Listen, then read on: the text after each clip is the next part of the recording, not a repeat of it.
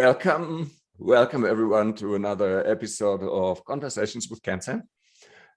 My really very dear guest today is Gur. She's an old friend of mine. She's a colleague of mine, and I'm really excited to talk together. Hello, good to see you. Hi, CanSan. I'm so thankful for your invite. So before we start, I want to just say a few words about who Gur is, and I hope that you will tell us more about yourself while we talk. So I hope this is going to be a really interesting talk about your life and your work. So Gur lives in Hamburg right now. She has spent a considerable amount of her life in China, actually in Shanghai, and I really want to talk about that. So she works as a spiritual trainer, spiritual mentor, but has done other things in her past. So she was an engineer for a while. She has studied psychology, worked as a psychologist. The title of our podcast, the topic, because usually what I do when I invite guests, I ask them what's most important to you about your work, because that's what I want to know. What's really closest to your heart? And what Gur said, I don't know the exact words, but she said is really freedom, is personal freedom. So this is something that she cares deeply about. This is why we call this episode Pathways to Freedom. So before we go into that, why don't you just tell us a little bit about your path? So where did you start and how did you end up doing what you do today? Yeah, I think like many teenagers, I was a little bit lost. I didn't know what to do, what path to go and to take. And then in order to gain some time, I went to the States for 1 year of high school. It was an amazing time because it gave me the chance to really break free of everything I knew. My family, to really experience that not every family works the same way. What a surprise, huh? It's really surprising when you grow up and then you think automatically everyone is the same. Yeah. And then I realized, wow, also the country, everything works totally different.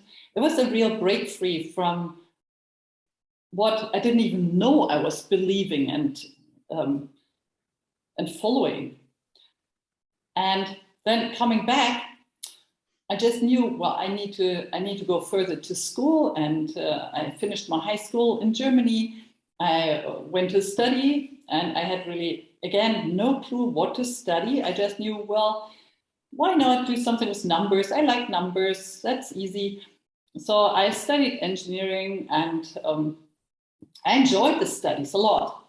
But then later on, I realized, well, I, by that time, had already a side job, which was being a Reiki master and giving trainings.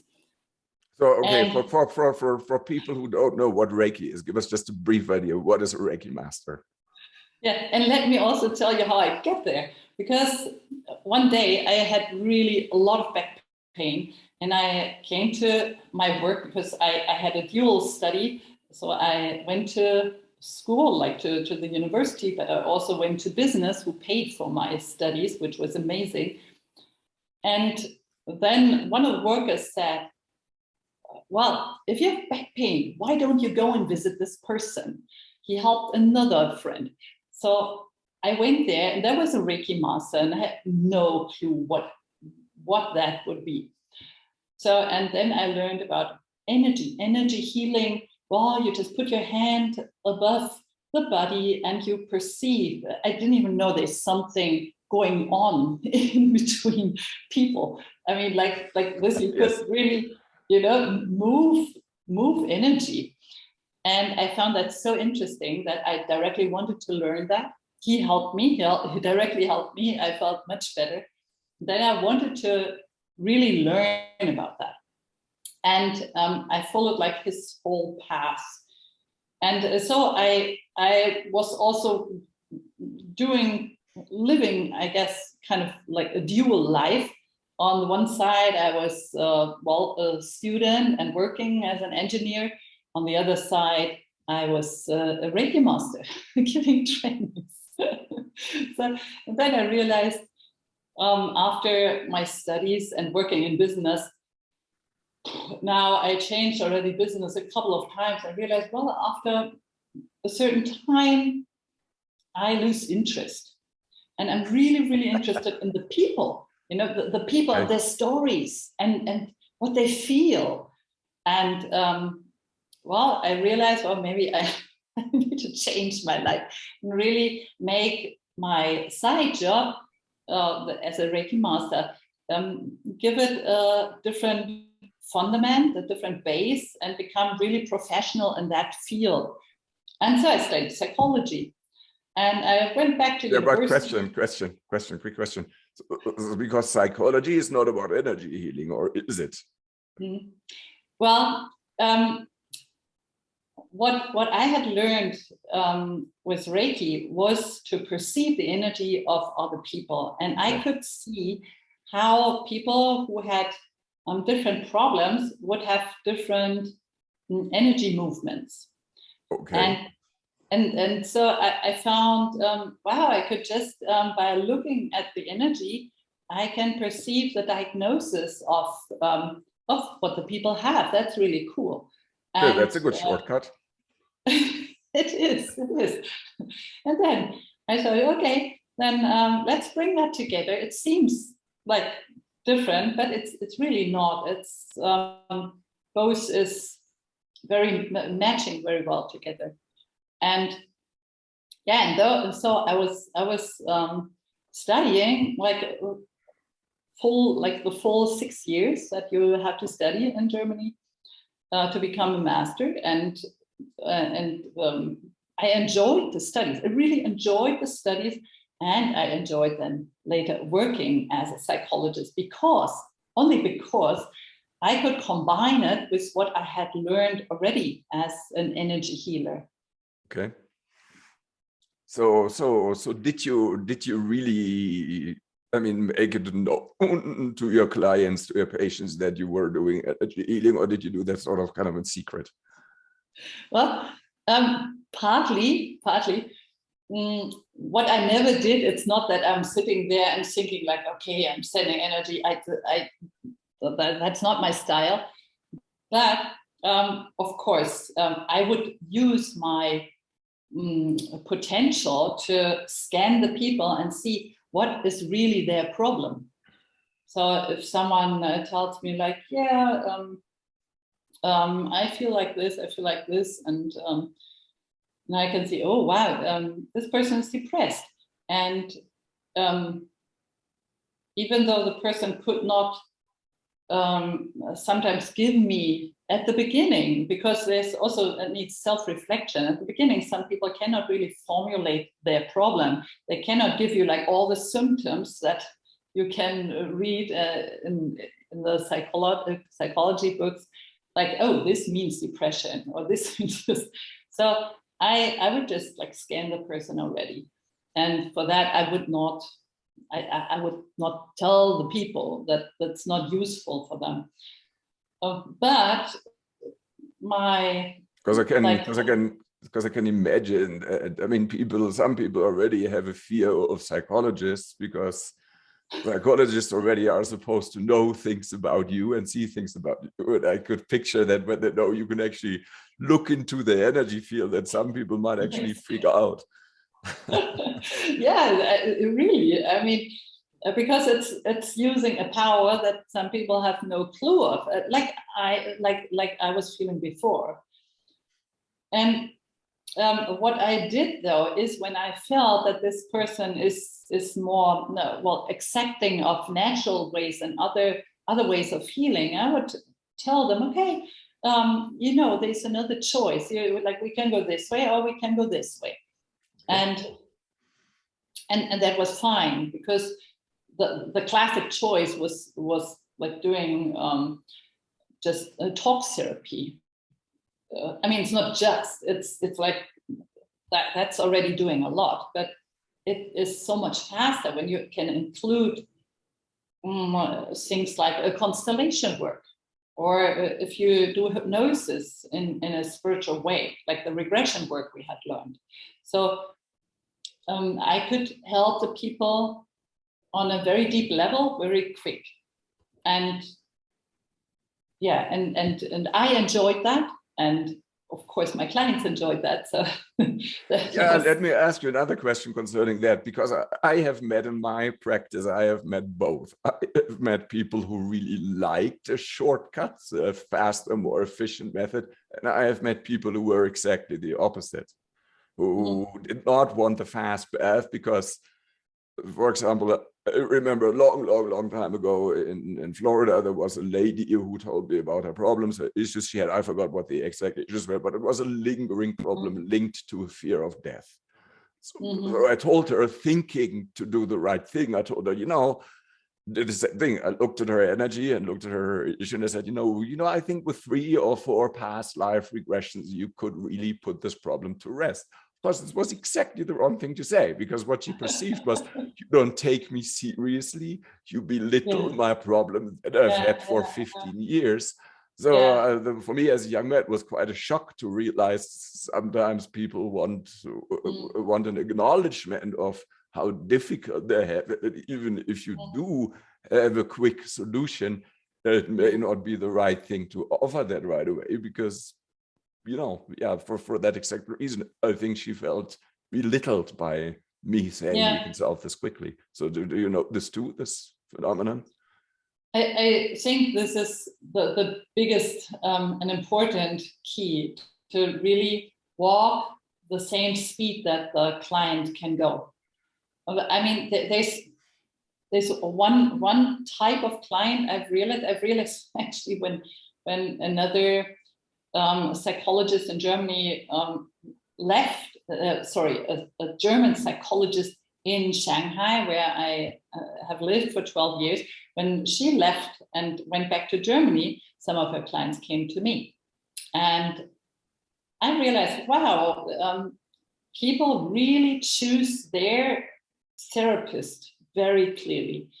Her type of clients were just not working for me, and I was not working for them, because what they liked was sit there for 1 hour and complain.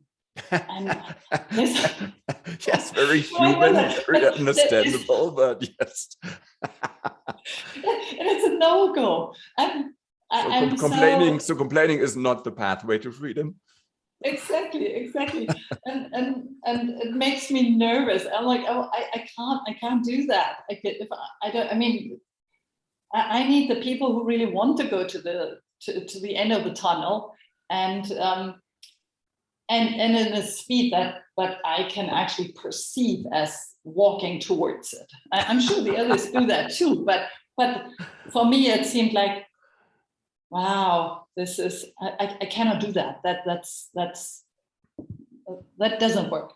So I realized the relationship between therapist and client is really important, and it's really important to follow the speed of the client. And I mean, especially when I had sometimes people coming, they had already like really severe depression for 35 years, like almost their whole life.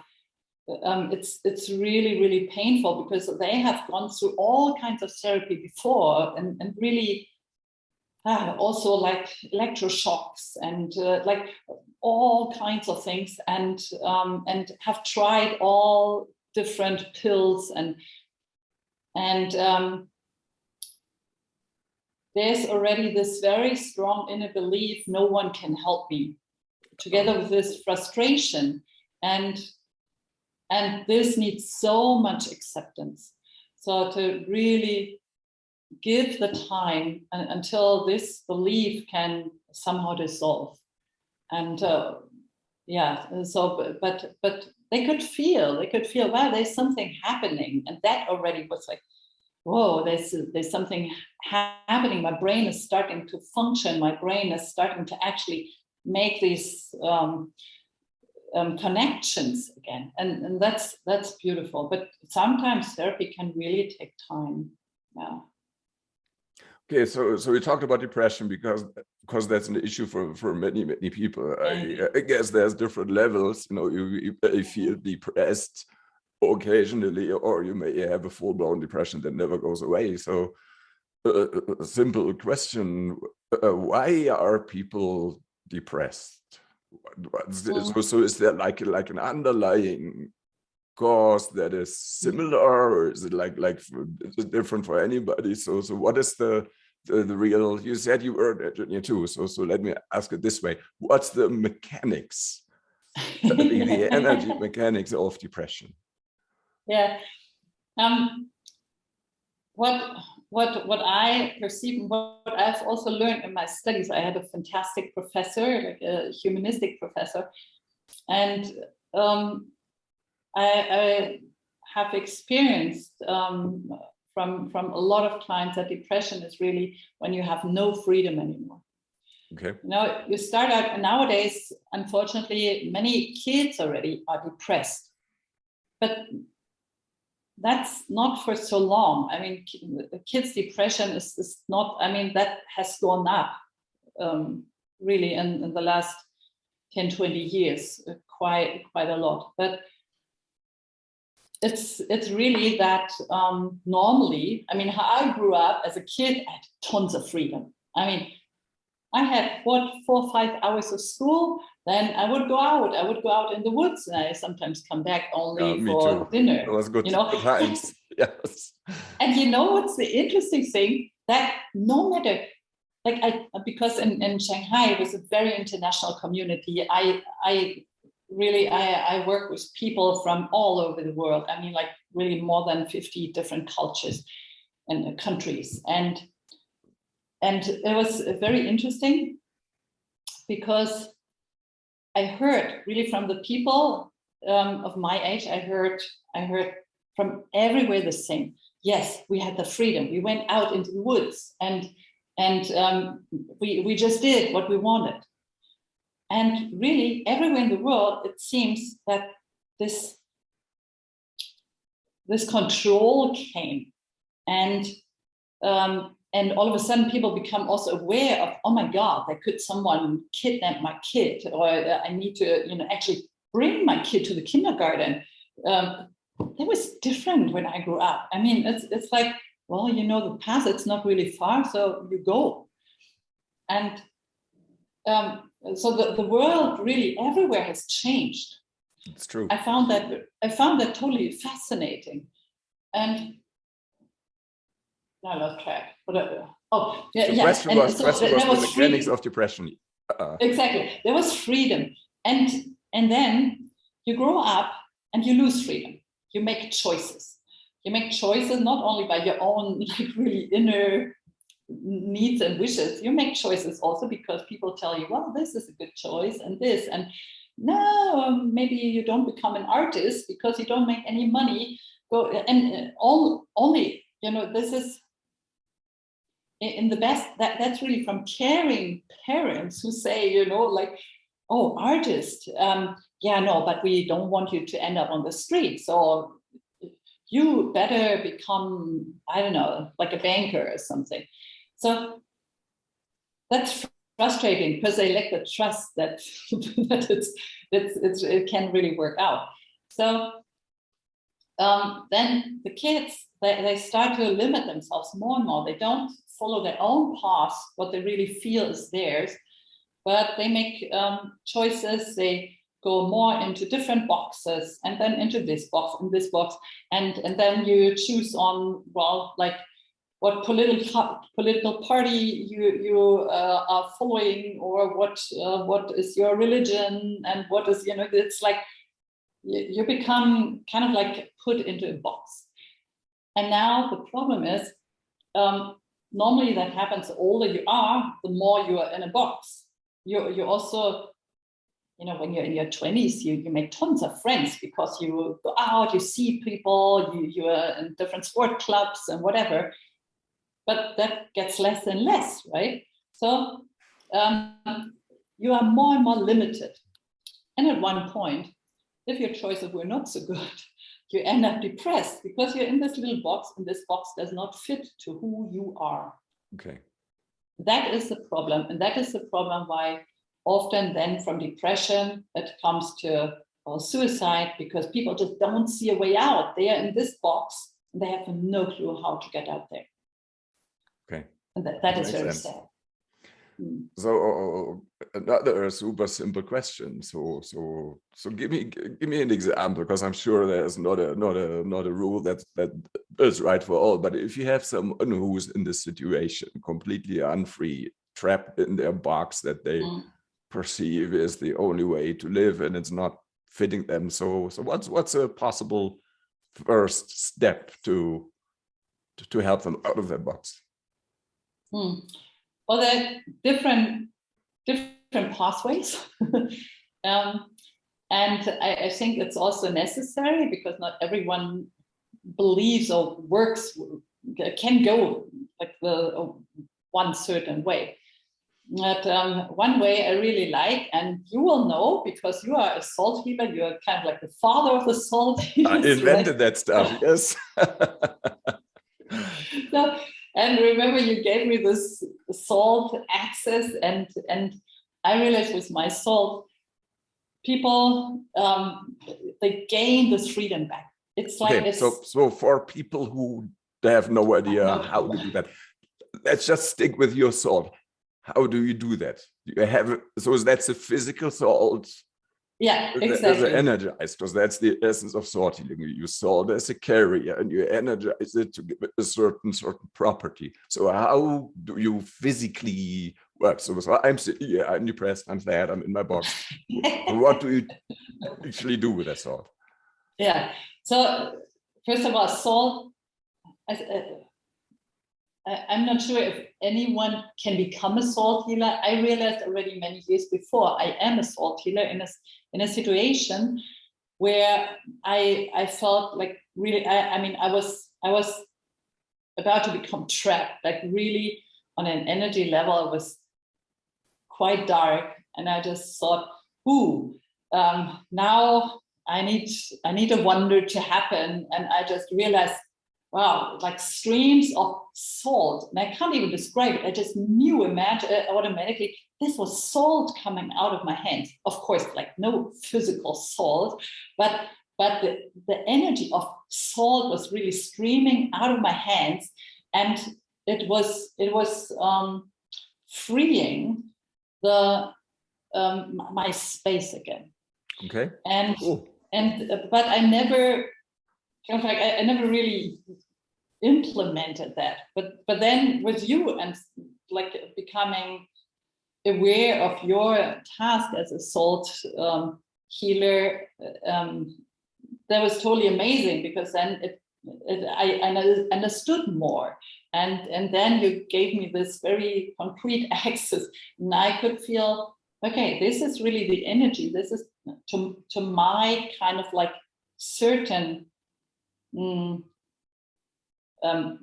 it's like the frequency of my salt, because all the salt has different frequencies. And I realized when I access that, I can heal emotional trauma. Okay. So I have like real physical salt now. I use it. I energize it, so it has the frequency of really my salt room. And this frequency is healing emotional trauma. And I realize when I use it for people who are anxious or depressed, it's like really it just frees everything. Okay, so do they have to eat it, or do they have to shower with it, or what do you physically do? It's a pity. I was just thinking I should have some here, but I actually don't. Yeah, but you can still explain it, you know. It's just exactly. It's like I have a grain of salt, and then I simply use it, for instance, and I hold it somewhere. So you find certain points where it can do its healing work. Exactly. That can be physical, or that can be in your aura. So at certain energy points, like when we know the meridians, like from the Chinese traditional Chinese medicine, you know, the meridians, And, you know, certain points, like access points, where a lot is happening when you put a needle there. So, this so is the it's same a bit like energy acupuncture, you could say. Exactly. Okay. So I work with that, and everything's opening up again. Cool. And that works also for trauma that is like 20, 30, 40, 50 years back. It's still in your system. And using that, it's freeing the person. And finally, these parts from a trauma, everything is kind of like stuck, stays stuck. And some parts, when it's a trauma, some parts of us are kind of like put out, like thrown out of your system, and then everything can integrate again. The client notices that. So what does the client feels so, to put it simply, feels more free? Feels directly more free, happy, like joyful. It's like a certain lightness. They actually see light again. Also, their mindset is like full of possibilities again. So there's an immediate, like really a light. I see the light and I feel the light. I feel also lightness. And that is really beautiful. Nice. So it opens up opportunities again. Okay. So I'm super thankful for. So that's a really good starting point to break open that box, and from then on you can actually guide your client, I assume, on a path that is suitable to the client. Exactly. And what I like a lot is that people can use it themselves. It doesn't need me. So they can take it home. Exactly. I give it to people, I send it to people, and I can tell them, okay, do this exercise. Very often I combine it with a certain breathing exercise, and people can directly feel the relief. I also to people, for instance, kids. I had a kid in Shanghai, very sweet girl. I remember right, she was like 7, 8 years old. And she was afraid of elevators. Now imagine you're in Shanghai with all these skyscrapers. Oh yeah, you have all these high rises everywhere. Because I visited her once for a wedding in Shanghai, and yes, oh my God, what a city that is. Yeah, and imagine the family was like really annoyed because like, why don't you get into this elevator with us? And you know, hey, let's walk 30 flights of stairs together. Exactly. So you can't really access a lot, like all these nice restaurants, and so you can't go there because your kid is not entering an elevator. Or you have to be really, really fit. Yeah. So then I work with her. I think it took like about 8 or 9 sessions, and she learned to use the salt. She put it into her socks, you know, so close to, because she lost the grounding. She was so afraid, like seeing an elevator, like, oh, and so she put it into her socks, and then she learned, wow, to calm down. It's really not so bad. So the anxiety would simply disappear to the point that she, for I think the third session, I already went her into the elevator, but she didn't want the doors to close, and then so it really step by step. And then she realized, and her system, you know, it's not only you in the head, also your whole system needs to learn, oh, that's not a dangerous thing. You can simply go into the elevator and go up and down, no problem. So through the salt, she learned how to do that again. Cool. So, I mean, so since we talk so much about salt, then I want to add something here, because you told me also you are a salt healer teacher. So you teach people about salt healing. So the stories you told me, it would seem that any psychologist maybe listening and watching our podcast here, maybe you should get in touch with Gur and learn about salt healing, right?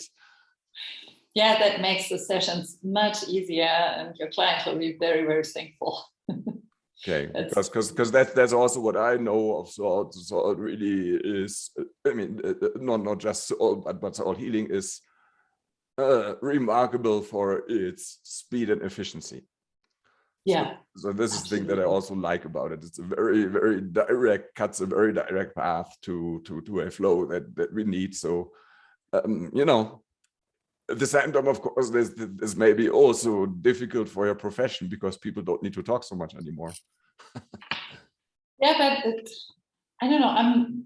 I guess I love good outcomes, and you know, when I feel like wow, and just a few sessions, and the person like has this major shift and feels good, fantastic. I really feel very satisfied and fulfilled.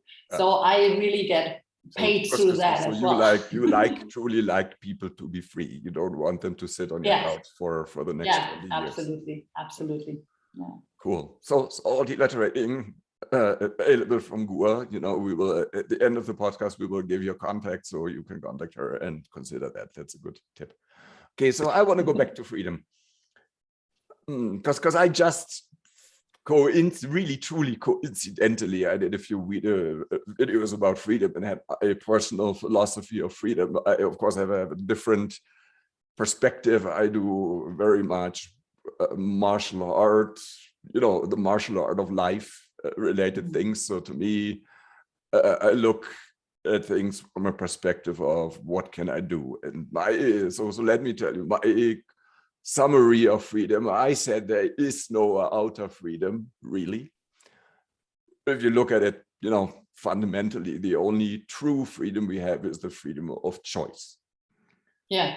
Of course, there is a perceived freedom in the world. Like you said, kids, you know, kids, you can walk out and play. Of course, they have more freedom than kids who are supposed to stay at home all the time and study from 9 to 5. It's a perceived freedom, but from a philosophical standpoint, even if you go out and play, you still are limited by, do we have a swing set? If we don't have a swing set, we can't swing even if we want to. Yeah. Do we have a slide? Yeah, If there's no slide, we cannot slide. But so the only freedom that in the end to me is the freedom of choice. So even in a very, very limited life, you still have the freedom to choose, what do I do now? So that was my sort of philosophical approach and summary of freedom. So, but I'd like to hear your concept of freedom. So what is your, what do you see as freedom, and what's the freedom that we all need and should pursue? Yeah. Well, my wish is really that people are freeing their minds, freeing themselves from beliefs that keep them small.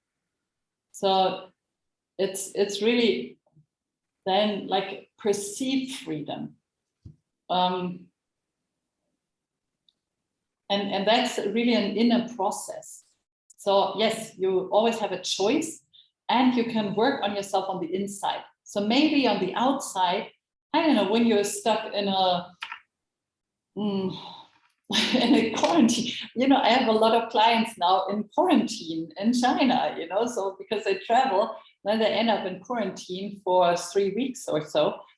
And for some, that's like really, they feel like, you know, a tiger in a cage, you know, walking up and down, because they really physically have no freedom, but you can feel free.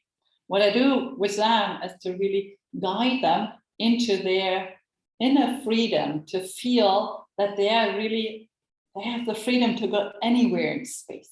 You know, they are expanded. They are not small, locked up in this room. They're in reality, their spirit is huge, and they can expand, and they can really perceive this freedom no matter where they are. So you're talking about the difference between physical freedom and freedom in the space of energy. Yeah, inner and outer. I call it inner and outer freedom. Yeah, and if you have the freedom on the inside, that's really what you need. I mean, some people really have the freedom on the outside, or perceive freedom on the outside, and even, I don't know, have the money, have the time to do whatever they want, but they don't feel free. They feel like this limitation, this this inner trigger, this lack of calmness, maybe. But an inner peace really gets you anywhere. So I have a little story from my life, a short one that relates to that, because I had a very, very good friend back in Düsseldorf. So when I still went to college, and also after college, I was practicing Aikido, Japanese martial art. I had a very good friend. He was a very unsuccessful but very nice actor, and we hung out a lot. And we really liked each other. And at some point, is when I hung out with him, I was incredibly sad.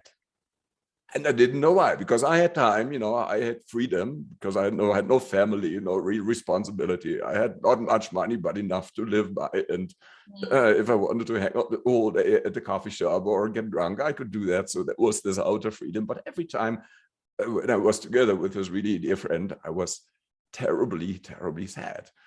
Yeah. Looking back, I realized that both of us were not doing what we really wanted to do. So we were not finding the door to what I want to call our destiny. So at some point I made that leap. To me, it was really stepping into the spiritual work, because this was something that was missing at my life, and it took me a while to admit that. And doing that, then this friend of mine, Daniel was his name, or probably still is his name, but I have no contact to him anymore. He asked me to feng shui his house, which I did, or his apartment. He didn't have a house, which I did. And after that, his girlfriend broke up with him. His entire life collapsed, and he came, rang my doorbell, and was completely devastated. And he was crying on my couch, I don't know, for an hour. At some point, I couldn't do anything with him, but I said he can stay there. So he was alone in my living room, and I heard him cry and sob and sob and cry. And I tried to help him as much as I could. And later, through Facebook, I saw he found a different girl. He now has a family. He has kids. And I pursued my path. So that was a really good example how outer freedom is not freedom.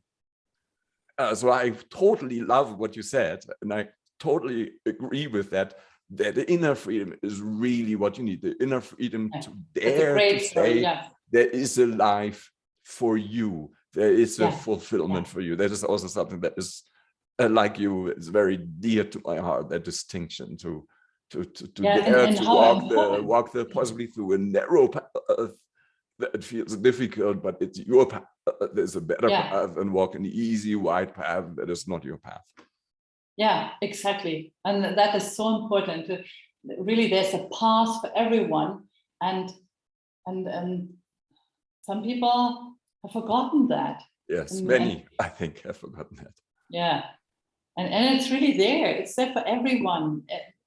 It needs a little bit of courage and trust. Yeah. And sometimes it needs a little help, too. Absolutely.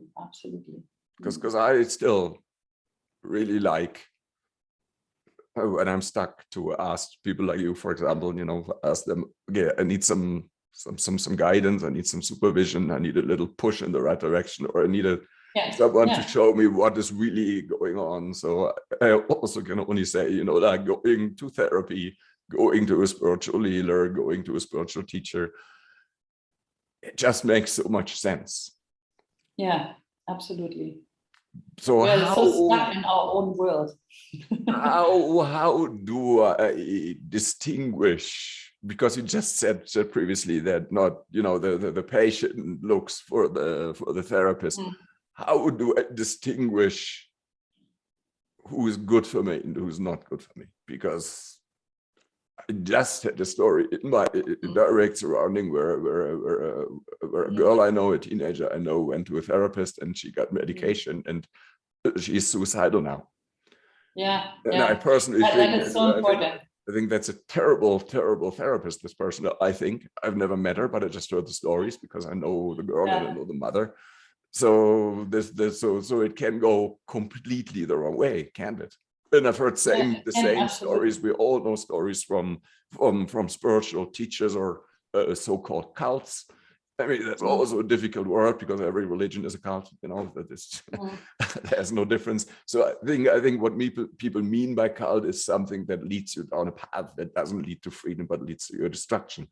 Yeah. So, but people, in my experience, have this longing. They follow the longing, and sometimes they land completely in the wrong hands. So, have you any tips? I think Yeah, and that's such a good question, such an important question.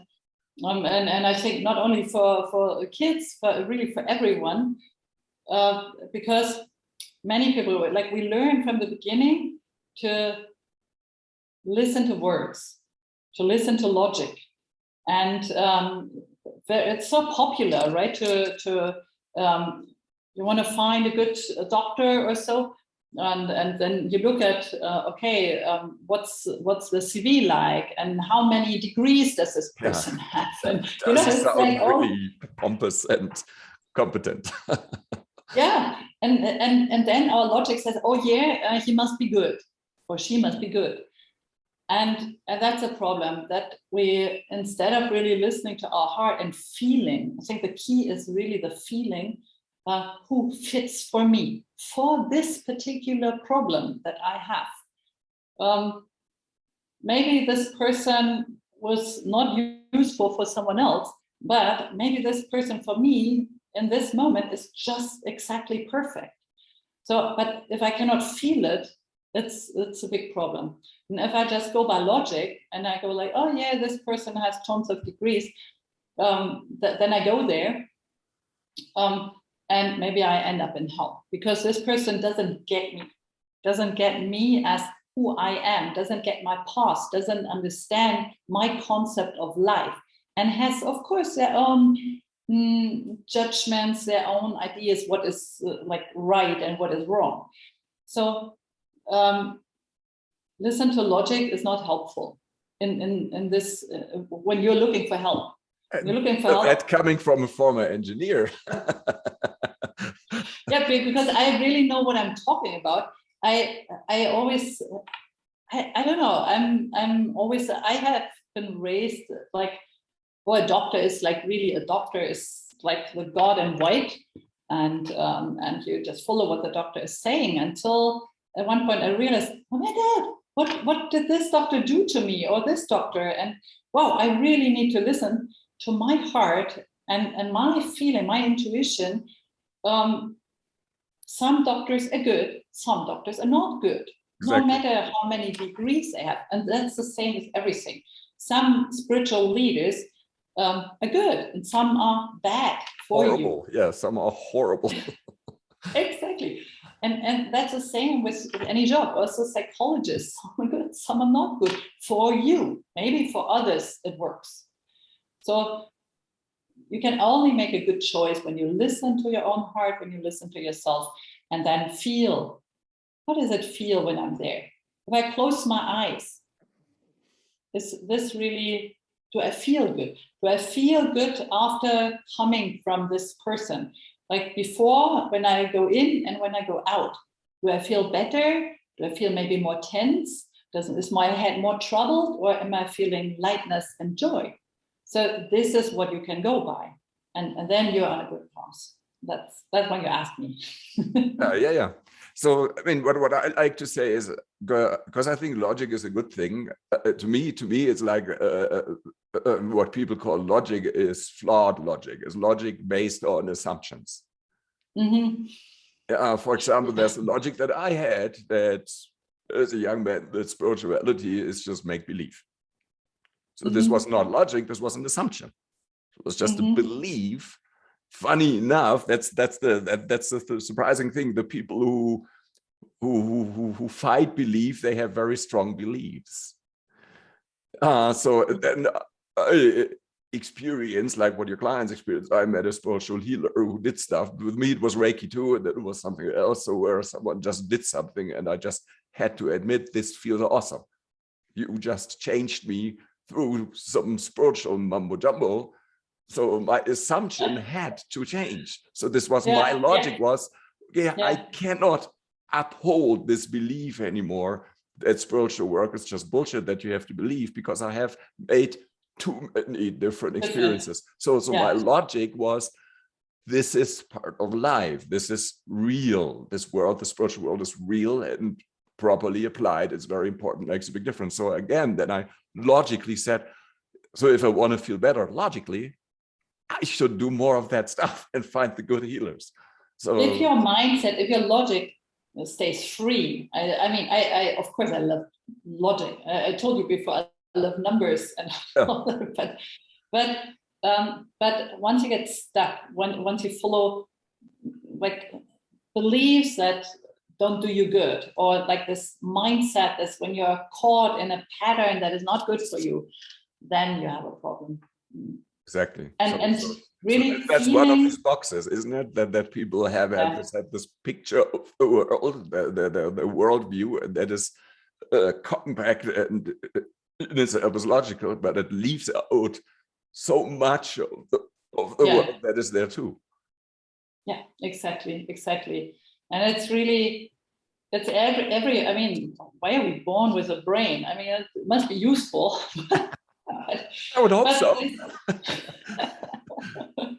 but there's so much else that is really important, and I need to embrace and accept every part of us, right? So, yeah, we often forget that. So talk to me a little bit about spiritual practice. So what's a good spiritual practice? Because you said, okay, so to find a good person to help you, you have to be in touch with your feelings. You have to, of course, many people are in touch with their feelings, but most of their feelings are, everyththing's terrible. I'm constantly anxious, or suddenly I'm in love with this person, and then next day I have a crush with that person. So tell me something about spiritual practice that might possibly be helpful. I think first we need to distinguish feelings and emotions. So like your emotions is like this roller coaster going up and down, and excitement. But feelings is really something more deeper inside. It's more connected to the physical being. And when I really feel good, when I feel relaxed, then this is good and helpful. And that is something we can practice and learn through meditation and or concentration. Some people really like more of a focusing on one spot or so, or on a candlelight, which I like. Or you really learn to go inside and focus on your breathing, focus on your feelings, focus on a mantra, something like that. The meditation is the most important thing. It's I don't know how much you know about positive psychology, but also there. Nothing. To tell the truth, nothing. So there, it's so they make a lot of tests with the brain, and a lot of, so there it's about not simply jumping to pills to make your life better, but to really see what helps. And for instance, when you have depression, if it's like a light form of depression or even medium depression, what you do is you look for 4 things. One is you look for enough sleep. You need to sleep like 7 to 8 hours. Then some people say, yeah, but I cannot sleep. I worry the whole time. Okay. I know quite a few like that, yes. Then you need to do sports. Sports every second day, 30 minutes of sports. And I mean, like really some sports like aerobic, where you have to breathe more deeply. Then you need physical touch. So then a lot of people, especially in Shanghai, of course, a big city, so there are tons of singles. It's not easy, but physical touch also works with a pet. You know, just get a pet and have a dog and cuddle with your dog. That works well. So it says 4 hugs a day keeps you stable. More than 4 hugs, like 12 hugs, like really makes a visible shift into the positive direction. So of course, less touch, less hugs, then it goes into the opposite direction. Then you have meditation. So you have the sleep, the sports, you have the hugs, and the meditation. And meditation should be at least 15 hours, 15 hours of meditation every day. Yeah, I guess that's how it used to be, yeah?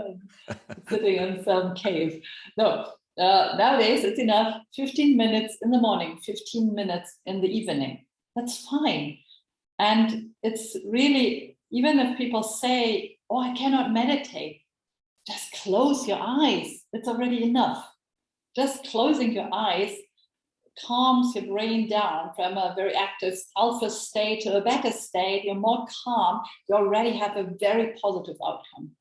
And even for novices, they say that even the very first meditation you do already changes the outcome of your genes, your gene production. So even like just one meditation for novices, isn't that amazing? So how can anyone not have enough time for meditation? I can tell you why, because I remembered how I started to meditate when I really made that conscious choice. Okay, I want to look into spirituality, but I had not met people who could guide me. So I followed the teaching of Paramahansa Yogananda, and I contacted the organization of Paramahansa Yogananda. So for people who don't know him, he wrote a very, very cool spiritual bestseller called Autobiography of a Yogi. So he was an Indian sage who had a guru in India and then traveled to the United States and started to teach there. And he founded that organization that is still active today. So they send me letters with instructions. So I think every 2 weeks you get this letter with a few instructions, and also teaches you how to meditate. So I sat down and I meditated. And yeah, I have to admit, the first meditation was really cool. And after that, it was a nightmare because they wanted you to meditate for 30 minutes. So for 30 minutes, I just sat there. And of course, part of the problem was that I was hoping for something great to happen, but nothing happened at all. And it was agonizing to just sit there. I did it, yes, but I was exhausted just from this practice. So what do you say to people like that? Yeah. I can imagine. I mean, this expectation is what holds us back so many times. But it's really, that's why I say really something is happening. Even if you have no clue about it, there are tons of studies around that. You can look Harvard University, positive psychology, look for these four points.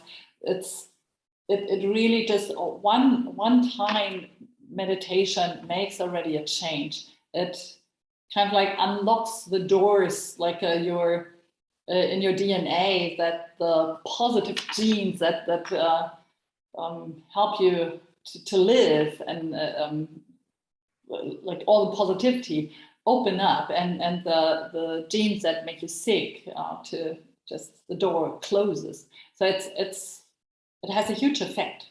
Okay.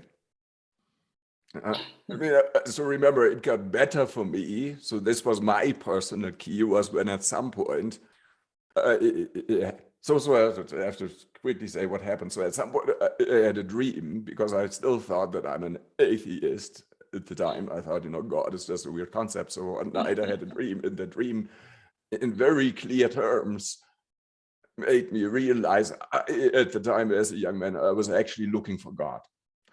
Mm-hmm. So then at some time, this meditation was so tough. I tried to be such a good student, to follow the teaching, to do it right, 30 minutes. And it was agonizing. And at some point, I really literally gave up. So I really was lying on my bed after meditation, exhausted. How am I supposed to go through my day after these exhausting 30 minutes? And I literally really said, okay, God, I give up. We do it your way. So I really said, I will not try so hard anymore. Then it took a while. It took a while. It took like 3 months, but then I met people who could help me, who could guide me to a better practice, and that was changed my entire life. This brought me really on the path to where I am today. Was this really surrendering to a greater force that I call God, because it's so important. Yeah, the surrendering. This was the key. Was devotion to something bigger than me, to say, okay, please please take please take my life in your hands and show me where to go. Yeah, that's so important. I always tell my clients, you know, you don't need to believe in God, because I mean, what are they supposed to do? So I say, okay, it doesn't need to be God, it can be the cosmos, it can be even the plants. That you know, it's just, you need like a higher system that gets you out of your little box into freedom, more freedom. And of course, it needs to be something positive, like something really. Believe in Satan.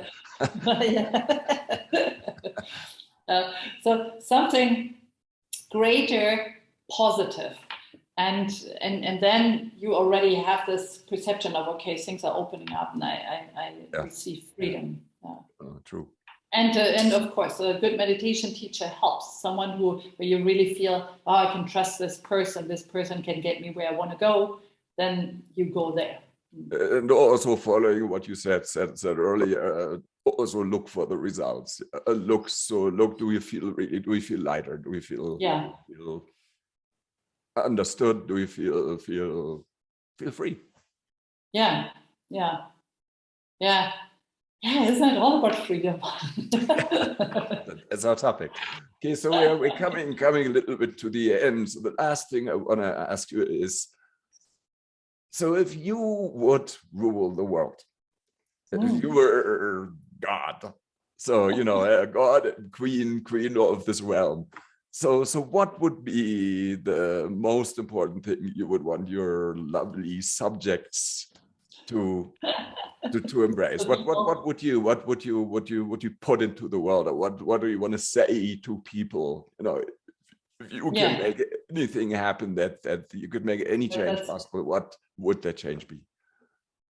I directly know what. I would take a seed and put it into the heart of the person, and have the seed open up to have the people realize their own love, that they are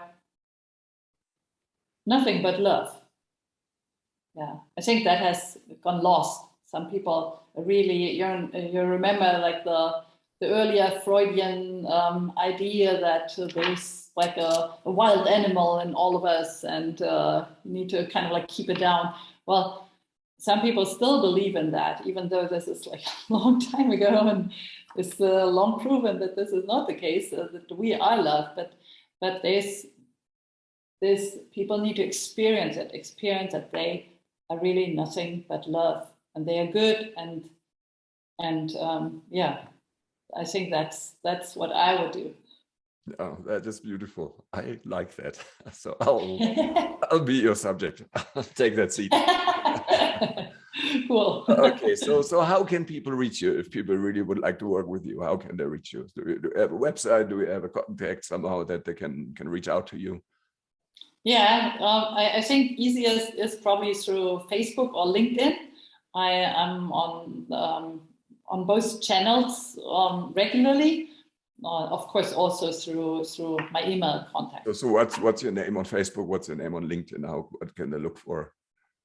I think it's simply Gur Schöneberg. Will you put that in? So we'll put that in the video so you can read it. Gur Schöneberg. Yeah, I can send you my email and like all the contacts, and maybe you can place it beneath the video. Yeah, there will be a little in this video. Will be a little video, a little slide with your contact.